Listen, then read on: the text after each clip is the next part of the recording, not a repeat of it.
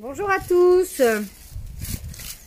Alors, bienvenue pour un nouveau live sur le thème des renards polaires.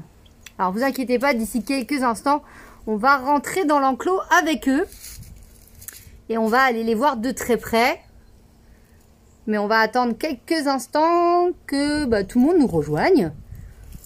Voilà.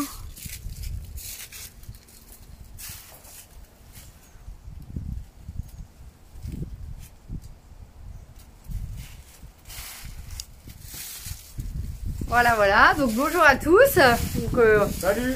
C'est toujours nous, hein, Julie et Mathieu. Alors je sais pas si vous voyez derrière nous, on a ici les loups à crinière, qui sont des animaux assez exceptionnels parce que morphologiquement ils sont vraiment très différents. C'est des animaux très grands et qui sont très particuliers puisque ce sont des canidés mais qui sont omnivores, et c'est quelque chose d'assez rare chez les canidés. Et aujourd'hui, on va s'intéresser à une espèce qui est à l'opposé de ce loup à crinière qui est derrière nous, puisque lui est très élancé, très grand. Et nous, on va s'intéresser aujourd'hui à un animal beaucoup plus petit, le renard polaire. Voilà. Donc, on va partir dans l'enclos et on va vous emmener. Alors, on suit Mathieu. C'est parti.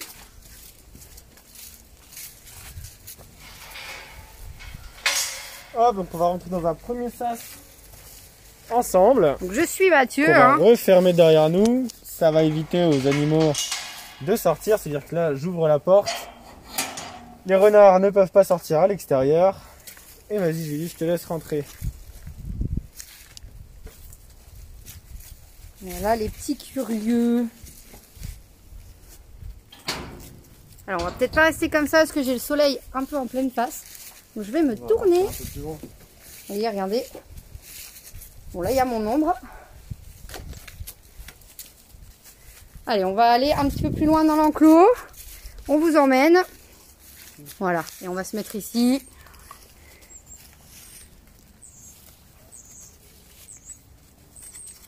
Alors, vous êtes nombreux à me dire que la connexion est pas bonne.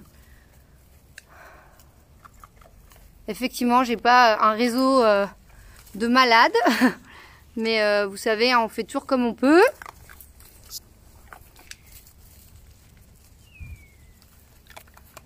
Donc là, Mathieu est en train de leur distribuer des croquettes, donc des croquettes à la viande, hein, puisque les renards polaires sont des carnivores. Alors il va leur arriver occasionnellement de manger quelques fruits, bien entendu. On peut essayer là, je vais leur lancer quelques petits morceaux de raisin, on va voir si ça les intéresse. Et ils aiment bien, ouais. Donc vous voyez, là on est assez proche. C'est des animaux qui sont curieux, bien entendu, donc... ils aiment bien venir un petit peu voir. On est un peu comme des intrus dans leur enclos aujourd'hui. On amène des nouvelles odeurs, etc. C'est aussi une stimulation, hein, on vous en parle souvent. On vous dit que ça s'appelle de l'enrichissement au final. Donc là, Mathieu, je vous ai dit, leur distribue des croquettes. Le but, c'est quand même qu'ils cherchent, qu'ils passent du temps à essayer de bouger les feuilles, etc. pour récupérer la nourriture. Alors, la particularité de ce renard polaire, elle est bien entendu au niveau de sa couleur, vous vous en doutez. On est sur un animal qui est aujourd'hui blanc, mais pour ceux qui sont venus visiter le zoo, par exemple, cet été, eh bien, cet été, ils étaient noirs. C'est le seul canidé à changer radicalement de couleur en fonction des saisons. Donc, alors attention, hein, parce que quand même, le renard polaire, il existe deux formes. La forme blanche et la forme dite bleue. Donc on va avoir des formes blanches principalement pour les animaux qui vont vivre à l'intérieur des terres. Mais les animaux qui vont vivre plutôt sur la côte vont avoir tendance à avoir une forme bleue. Donc eux aussi vont avoir une différence de couleur entre l'hiver et l'été. Mais cette différence de couleur va être beaucoup moins flagrante. Ici on a vraiment quelque chose qui change radicalement du tout au tout. Puisque là, vous voyez, voilà, l'hiver est arrivé et du coup, ils ont attrapé cette fourrure qui est extrêmement épaisse, constituée d'un poil extrêmement épais et fin en dessous et qui va permettre de retenir la chaleur. Et cette couleur blanche, bien entendu, va leur permettre de très bien se camoufler dans leur milieu naturel, puisque là où ils vivent, eh bien, il y a bien entendu beaucoup de neige et de glace. Alors je sais pas si vous êtes toujours avec nous parce que je vois plus aucun commentaire arriver. Mais voilà. J'espère que ça va. La connexion est un peu compliquée parce que là on est dans un enclos qui est bien sécurisé. Si jamais vous ne voyez pas très bien, on repostera cette vidéo juste après sur Instagram et puis vous pourrez la voir aussi sur YouTube. J'essaie de me rapprocher un petit peu. Donc vous voyez que ce renard est vraiment court sur pattes. C'est un peu une petite boule. Il est beaucoup moins élancé que le renard qu'on a chez nous. Tout simplement parce que ce renard vit justement à des températures très froides. Et du coup, le fait d'avoir des membres courts, d'être un peu une petite boule, va lui permettre de mieux retenir la chaleur. Et d'avoir moins ce qu'on appelle de déperdition de chaleur, de perdre moins de chaleur. Et de dépenser ainsi moins d'énergie pour se réchauffer.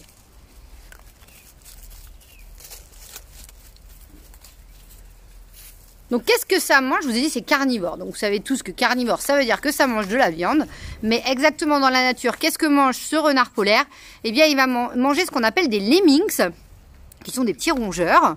On va manger aussi voilà, tous les petits rongeurs en fait en tout genre. Parfois même des petits lapins et des oiseaux migrateurs aussi. Ils mangent des œufs.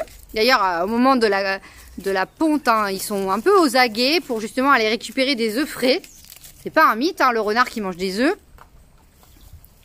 Et il va essayer de trouver des choses très énergétiques pour lui permettre, bien entendu, de se réchauffer correctement.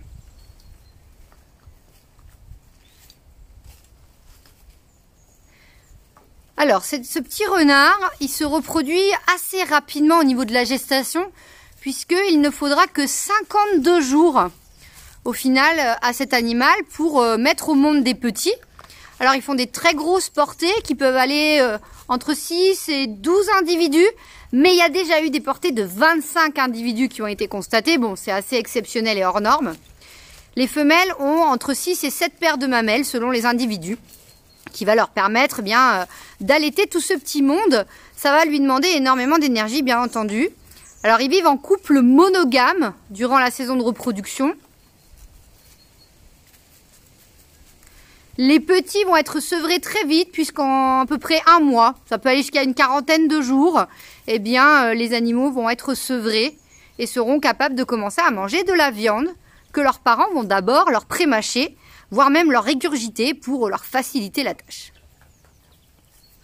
Alors ils peuvent supporter des températures extrêmement froides.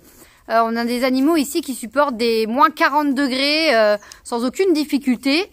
Ils vont se creuser un terrier parfois très profond justement pour s'isoler du froid et c'est ce qui fait leur force.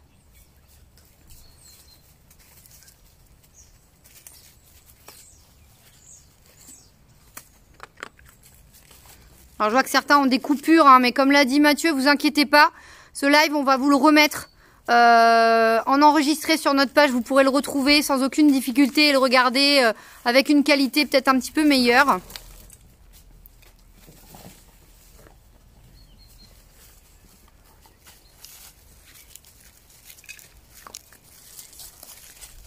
Alors Mathieu, est-ce que tu veux nous parler un petit peu de cet animal qui joue un rôle clé au final dans son milieu naturel? Alors oui, les renards polaires, c'est des animaux qui vivent dans des territoires qui sont assez difficiles d'accès pour de nombreuses espèces, dû au fait qu'il y a des températures extrêmement froides et des endroits où c'est parfois difficile de creuser aussi des terriers, dû au fait que le sol est très dur. Et en fait, dans les endroits où on va retrouver les terriers de renards polaires, il y a en fait tout autour comme des îlots de vie où on va avoir beaucoup plus de plantes qui vont pousser, d'espèces qui vont arriver. Alors principalement parce que le renard polaire en fait va se nourrir d'un animal qu'on appelle le lemming. Et les lemmings sont des petits rongeurs qui vont se nourrir de pas mal de plantes, ce qui va rendre le territoire parfois assez difficile pour les plantes. Donc c'est hyper intéressant de voir que quand le renard polaire est présent, le lemming disparaît un petit peu, ce qui permet aux plantes de pousser un petit peu plus et ce qui permet aussi du coup aux insectes et à pas mal d'autres espèces de venir s'installer. On dit que c'est une espèce ingénieure, ça veut dire qu'elle arrive à modifier son environnement comme nous les humains, on arrive à le faire aussi de temps en temps. C'est un animal, le renard polaire, qui va aussi croiser de temps en temps le renard qu'on a chez nous en France, qu'on appelle le renard commun ou le renard roux. Et donc les renards polaires et les renards roux, bah, ils peuvent se retrouver au même endroit et c'est souvent le renard roux qui va gagner, qui va rester sur le territoire. Alors si le réchauffement climatique continue comme il est parti, le problème ça va être que les renards roux vont monter de plus en plus au nord, dans des endroits où auparavant ils n'avaient pas accès puisque les températures étaient beaucoup plus basses. Et ça pourrait pousser le renard polaire dans des endroits encore plus petits et amener l'espèce à disparaître. Alors pour l'instant c'est un animal qui n'est pas forcément en voie de disparition, mais ces populations sont tout de même très surveillées puisqu'il y a déjà des îles où auparavant il n'y avait pas de renard roux et aujourd'hui il est arrivé et ça a fait disparaître le renard polaire de ces îles. Alors on me demande l'espérance de vie, ça vit une dizaine d'années en milieu naturel. Et en captivité, on arrive parfois à les amener jusqu'à une quinzaine d'années. On m'a aussi demandé bien s'ils étaient en couple. Oui, c'est un couple. On a un mâle et une femelle. Et chez cette espèce, les femelles sont plus petites que les mâles. Mais à cette période de l'année, quand le pelage est extrêmement gonflé et touffu, comme vous pouvez le voir, c'est parfois difficile de faire la différence. Alors oui, vous êtes nombreux à me dire qu'il y a des coupures, hein. Je suis vraiment désolée, mais vous vous doutez bien que malheureusement le réseau, ça dépend pas de nous. Donc n'hésitez vraiment pas à aller revoir cette vidéo en replay. Et vous pourrez ainsi profiter de ces jolies images et de ce joli moment avec ces petits renards polaires. Ils sont vraiment extrêmement mignons, je pense que vous nous l'accorderez. Alors ça bouge beaucoup, c'est des animaux extrêmement actifs. Donc des fois j'ai du mal à suivre avec la caméra.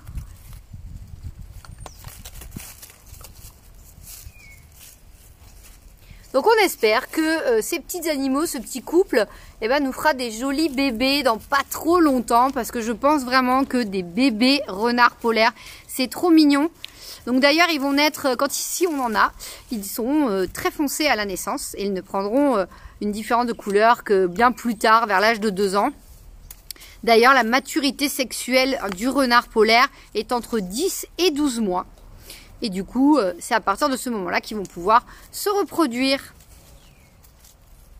Alors, on me demande ce que ça mange. Donc, comme je l'ai dit tout à l'heure, c'est un animal carnivore. Il mange principalement des rongeurs, notamment des lemmings.